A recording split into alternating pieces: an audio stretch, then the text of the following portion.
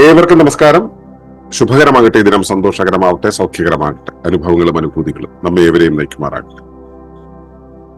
Olympus സ്വാധ്യായത്തില് 6-ാമത്തെ അധ്യായം സുസ്ഥിര സമാജ സ്ഥാപനം എന്നുള്ള വിഷയത്തിൽ 8-ാമത്തെ ദിവസമാണെന്ന്. നമ്മൾ കഴിഞ്ഞ ദിവസം തട്ടകങ്ങളെ കുറിച്ച് സംസാരിച്ചു. ഈ തട്ടകങ്ങളെ ഐഡന്റിഫൈ ചെയ്ത് കഴിഞ്ഞാൽ ഇനിയാണ് നമുക്ക് ഇൻഫ്രാസ്ട്രക്ചർ ഡെവലപ്മെന്റ് എന്ന ഒരു പ്രോസസ്സിലേക്ക് കടക്കാൻ കഴിയുന്നത്. അതിനെക്കുറിച്ച് നമ്മളിവിടെ ഇങ്ങനെയാണ് പറയുന്നത്: infrastructure development must be organized sequentially before initiating productive actions. എന്താണ് അടിസ്ഥാന സൗകര്യ വികസനം?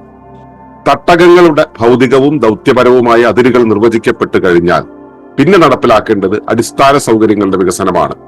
തട്ടകങ്ങളുടെ വേലികളെ നിലനിർത്തിക്കൊണ്ട് ഉള്ള പൊതുഭൂമിയിൽ മർമ്മസമൂഹം സൗകര്യങ്ങൾ ഏർപ്പെടുത്തുകയും തട്ടക സമൂഹങ്ങൾ അതിനോട് അനുരണനം ചെയ്യുക വഴിയാണ് എല്ലാ സൗകര്യ സങ്കേതങ്ങളും ഗ്രാമഭൂമിയിൽ നടപ്പിലാക്കേണ്ടത്. ജലസ്രോതസ്സുകളുടെയും വിതരണ സംവിധാനത്തിന്റെയും നിർമ്മാണശേഷി വഴി നിരത്തുകളും ശൗച സംവിധാനങ്ങളും സ്ഥാപിക്കേണ്ടതാണ്. തുടർന്നാണ് അവിടെ താമസിക്കാനും പ്രാഥമിക പാചകങ്ങൾ നിർവഹിക്കാനുമുള്ള സൗകര്യങ്ങൾ ഒരേ സമയം ഒരുക്കേണ്ടത്. തുടർന്ന് വനവും കൃഷിയും പ്രാഥമികമായി സ്ഥാപിക്കുവാനുള്ള തൈകൾക്കായുള്ള തവാരണങ്ങൾ ജലസ്രോതസ്സുകൾക്കും വാസഗൃഹങ്ങൾക്കും ഇടയിൽ സ്ഥാപിക്കേണ്ടതുണ്ട്. ഇവയിൽ നിന്നും ത്രികോണ ദൂരത്തിൽ മൃഗപരിപാലന ഗൃഹങ്ങൾ സ്ഥാപിക്കേണ്ടതുണ്ട്.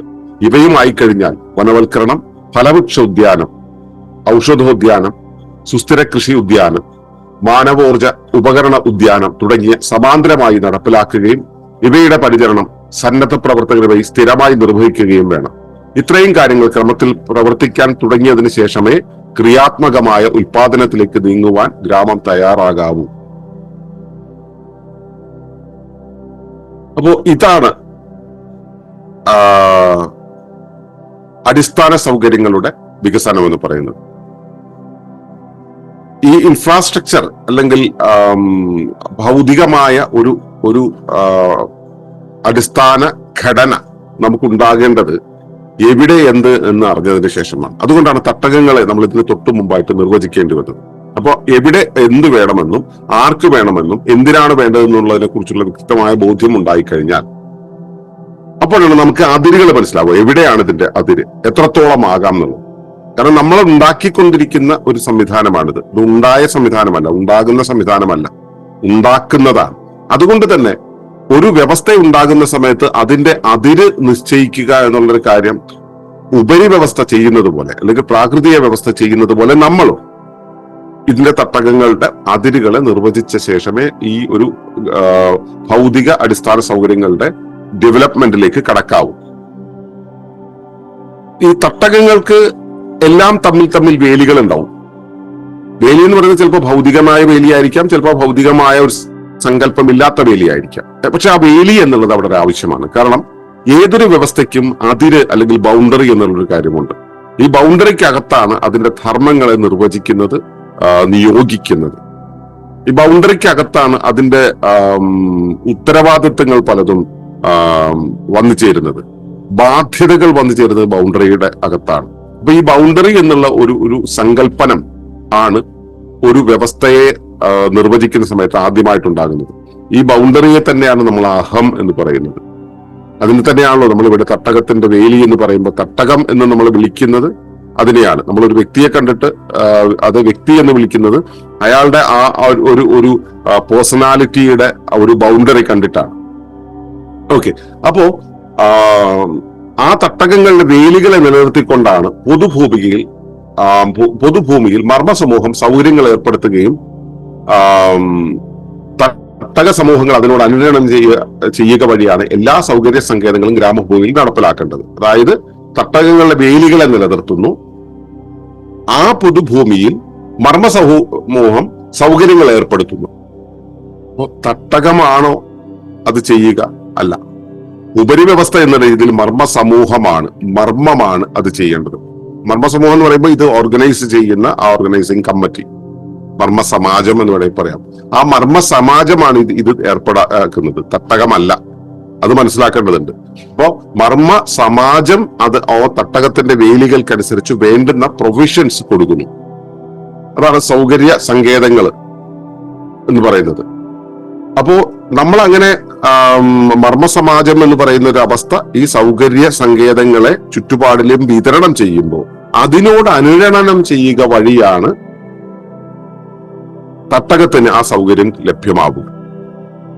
നമുക്ക് ഇവിടെ അത് മനസ്സിലാവും. KSIB ലൈൻ ഇടുന്നു, നിങ്ങളുടെ വീട്ടിലെ ഇൻഫ്രാസ്ട്രക്ചർ കോമ്പാറ്റബിൾ ആയിരിക്കണം, നിങ്ങളുടെ വീട്ടിലെ വയറിംഗ് സിസ്റ്റം കോമ്പാറ്റബിൾ ആയിരിക്കണം.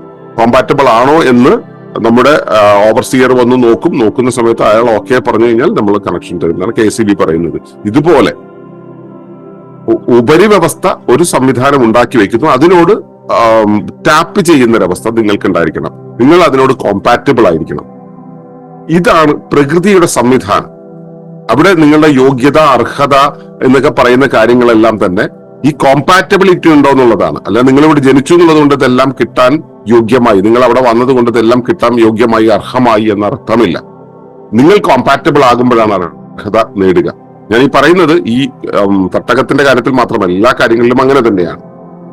അപ്പോ തട്ടക സമൂഹങ്ങൾ ഈ മർമ്മ സമൂഹം നൽകുന്ന ആ ഇൻഫ്രാസ്ട്രക്ചറിനനുസരിച്ച് അനുരണനം ചെയ്യുന്നത് വഴിയാണ് എല്ലാ സൗകര്യങ്ങളും അവർക്ക് വന്നു ചേരുക. ഇനി ജലസ്രോതസ്സുകളുടെയും വിതരണ സംവിധാനത്തിന്റെയും നിർമ്മാണ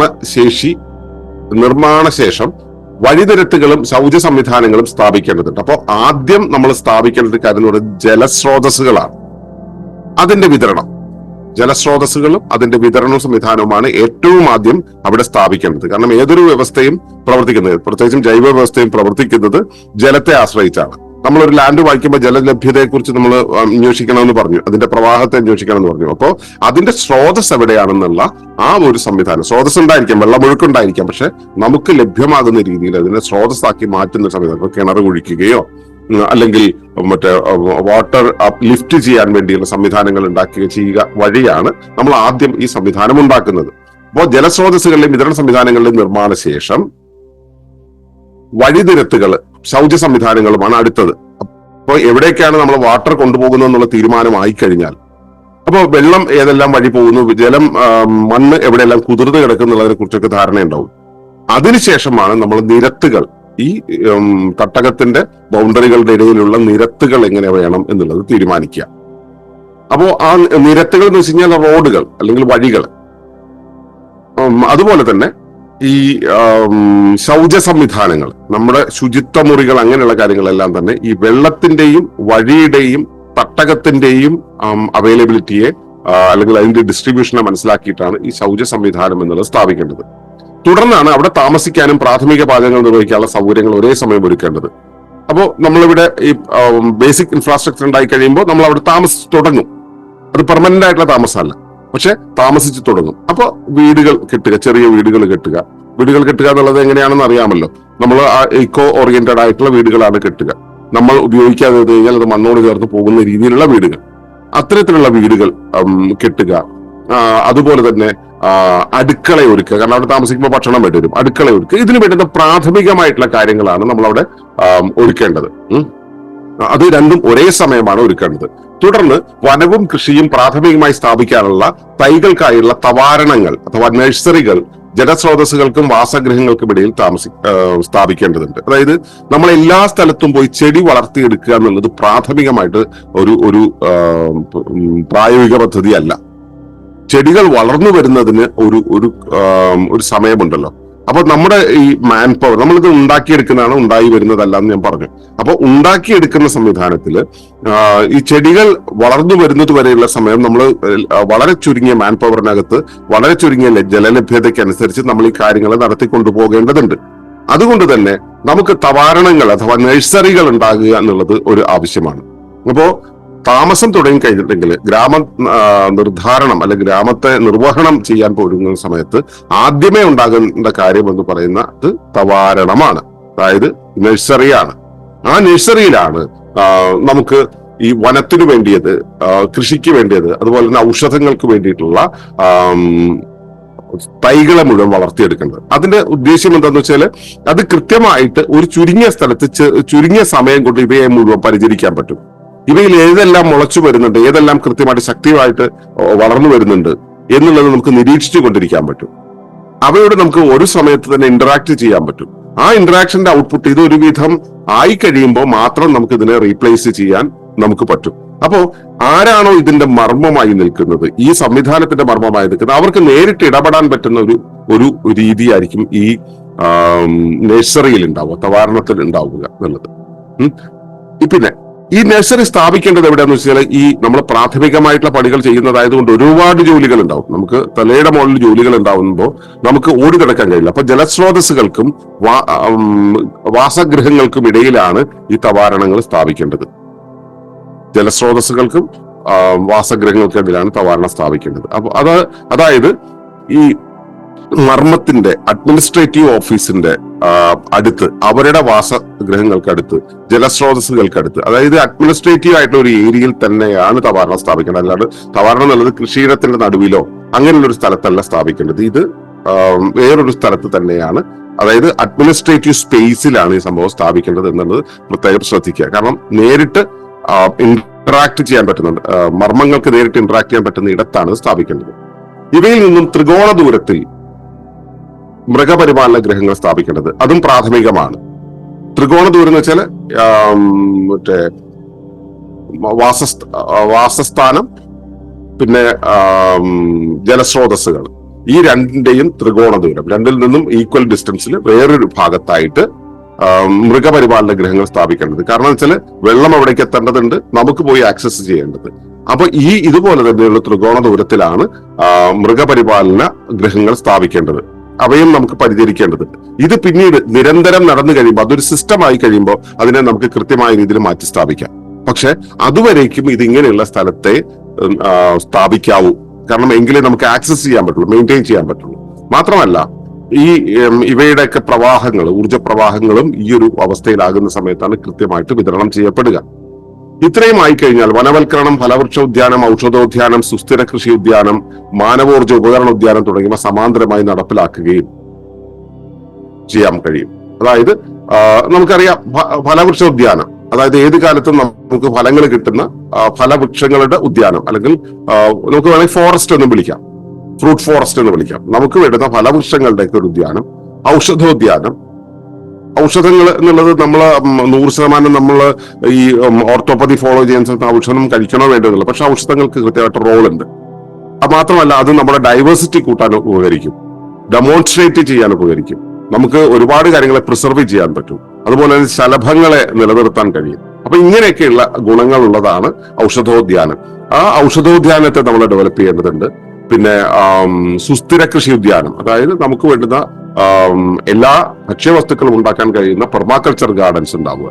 അതുപോലെ തന്നെയാണ് മാനവ ഊർജ ഉപകരണ ഉദ്യാനം, മനുഷ്യന്റെ ഊർജം ഉപയോഗിച്ച് പ്രവർത്തിക്കുന്ന ഉപകരണങ്ങളുടെ ഉദ്യാനം. അത് ഇലക്ട്രിസിറ്റിയോ മറ്റ് സംവിധാനങ്ങളോ ഇല്ലാതെ വെള്ളത്തെ ലിഫ്റ്റ് ചെയ്യുന്നത്, പിന്നെ മിക്സി പോലുള്ള കാര്യങ്ങൾ ചെയ്യുന്നത്, വൈദ്യുതി ജനറേറ്റ് ചെയ്യുന്നത്, പിന്നെ അതുപോലെയുള്ള ഒരുപാട് ഉപകരണങ്ങൾ നമുക്ക് ഉണ്ടാക്കാൻ കഴിയും. ഇതെല്ലാം നമ്മുടെ ഒരു ഗവേഷണ പദ്ധതിയുടെ ഭാഗമായിട്ട് നമ്മൾ ഒരുപാട് കാര്യങ്ങൾ ഇങ്ങനെ വരച്ചുണ്ടാക്കി വെച്ചിട്ടുണ്ട്.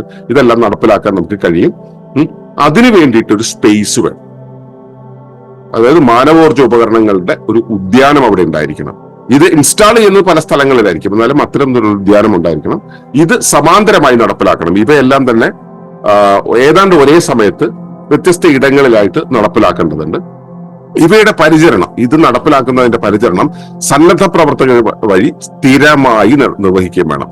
സന്നദ്ധ പ്രവർത്തകർക്ക് എന്താണ് ഈ പണി, എന്താ ഈ സംഭവിക്കുന്നത് എന്നുള്ളത് മനസ്സിലാവില്ല. സ്ഥിരമായി ഇത് നടക്കണം എന്നുണ്ടെങ്കിൽ ഇതിനെ സിസ്റ്റമാറ്റൈസ് ചെയ്യണം, സിസ്റ്റമാക്കി മാറ്റണം. അതിനൊരു ക്രമമായിട്ടുള്ള ചാക്രിക പ്രവർത്തനം അവിടെ കൊണ്ടുവരികയും വേണം. മാത്രമല്ല, അതിൽ സങ്കീർണമായിട്ടുള്ള കാര്യങ്ങൾ കൊണ്ടുവരാൻ പാടില്ല. കാരണം ഇത് സന്നദ്ധ പ്രവർത്തകർക്ക് ചെയ്യാൻ കഴിയില്ല സങ്കീർണമാക്കിയാൽ. അതുകൊണ്ട് സങ്കീർണമാക്കാതെ ലളിതമാക്കി സിസ്റ്റം ആക്കി വെച്ചിട്ടുള്ള ഒരു സംവിധാനം വഴിയാണ് ഇവയുടെ പരിചരണം നടത്തേണ്ടത്. ഇത്രയും കാര്യങ്ങൾ ക്രമത്തിൽ പ്രവർത്തിക്കാൻ തുടങ്ങിയതിനു ശേഷം മാത്രമേ നമ്മൾ ഉൽപാദന പ്രക്രിയയിലേക്ക് കടക്കാനാവൂ. ഇത്രയും ആകുന്ന സമയത്ത് ഗ്രാമം മൂവ് ചെയ്ത് തുടങ്ങും. അടിസ്ഥാന സൗകര്യങ്ങളുടെ ഒരു ഡെവലപ്മെന്റ് ആവുന്നതോടുകൂടി ഗ്രാമം മൂവ് ചെയ്തു തുടങ്ങുന്നുള്ളതല്ല, മൂവ് ചെയ്യാൻ പാകമാകും. ബേസിക് ആയിട്ടുള്ള കാര്യങ്ങളെല്ലാം അവിടെ ഉണ്ടായി വരും. അങ്ങനെ ഉണ്ടായി വരുമ്പോൾ മാത്രമേ മുൻപോട്ട് പോക്ക് സാധ്യമാകൂ, അതിനുശേഷമേ സാധ്യമാകാവൂ. ഇല്ല അതിനു മുമ്പ് ഗ്രാമം പ്രവർത്തിച്ചു തുടങ്ങരുത്. അപ്പോ ഈ ഒരു അവസ്ഥയിൽ ഗ്രാമം എന്ന് പറയുന്നതിന്റെ അടിസ്ഥാന ഘടകങ്ങൾ എന്തൊക്കെയാണ്, തട്ടകങ്ങളുടെ അതിരെന്തൊക്കെയാണ്, അവിടെ നമ്മൾ എങ്ങനെയാണ് മർമ്മ വ്യവസ്ഥ എങ്ങനെയാണ് കാര്യങ്ങളെ ഡിസ്ട്രിബ്യൂട്ട് ചെയ്യേണ്ടത്, അതിന്റെ സീക്വൻസ് എന്താണ്, അതിപ്പോ ജല വിതരണം, മറ്റേ റോഡ്, ശൗചം തുടങ്ങിയ കാര്യങ്ങൾ, അതിനുശേഷം മറ്റേ തവാരണങ്ങള്, മൃഗപരിപാലന കേന്ദ്രങ്ങള് തുടങ്ങിയ കാര്യങ്ങൾ എങ്ങനെയൊക്കെയാണ്, പിന്നെ ഓരോതരം ഫോറസ്റ്റുകൾ എങ്ങനെയാണ് ഉണ്ടാക്കുക, ഇങ്ങനെയുള്ള കാര്യങ്ങളെല്ലാം അതിന്റെ ഒരു ക്രമത്തിലാണ് നമ്മൾ ഈ കാര്യങ്ങളെ നമ്മൾ ഡിസൈൻ ചെയ്തിട്ടുള്ളത്. ആ വിധത്തിൽ വേണം മർമ്മമാകാൻ തയ്യാറെടുക്കുന്ന സുസ്ഥിര സമൂഹത്തിലെ ആളുകൾ ഈ ഗ്രാമ പദ്ധതി, ഗ്രാമ നിർവഹണത്തെ സമീപിക്കേണ്ടത് എന്നാണ് പറഞ്ഞു വന്നത്. ഈ ബോധ്യത്തിലേക്ക് എത്തുവാൻ നിങ്ങൾക്ക് എവർക്കും കഴിയുമാറാകട്ടെ എന്ന് പ്രാർത്ഥിക്കുന്നു. നന്ദി, നമസ്കാരം. ഈ വിഷയം ഇഷ്ടമായെങ്കിൽ ഒന്ന് ലൈക്ക് ചെയ്യുക, കമന്റ് ചെയ്യുക, ഷെയർ ചെയ്യുക. നിങ്ങൾ പ്രകൃതിയെ ഇഷ്ടപ്പെടുന്നുവെങ്കിൽ ഈ ചാനൽ സബ്സ്ക്രൈബ് ചെയ്യുക.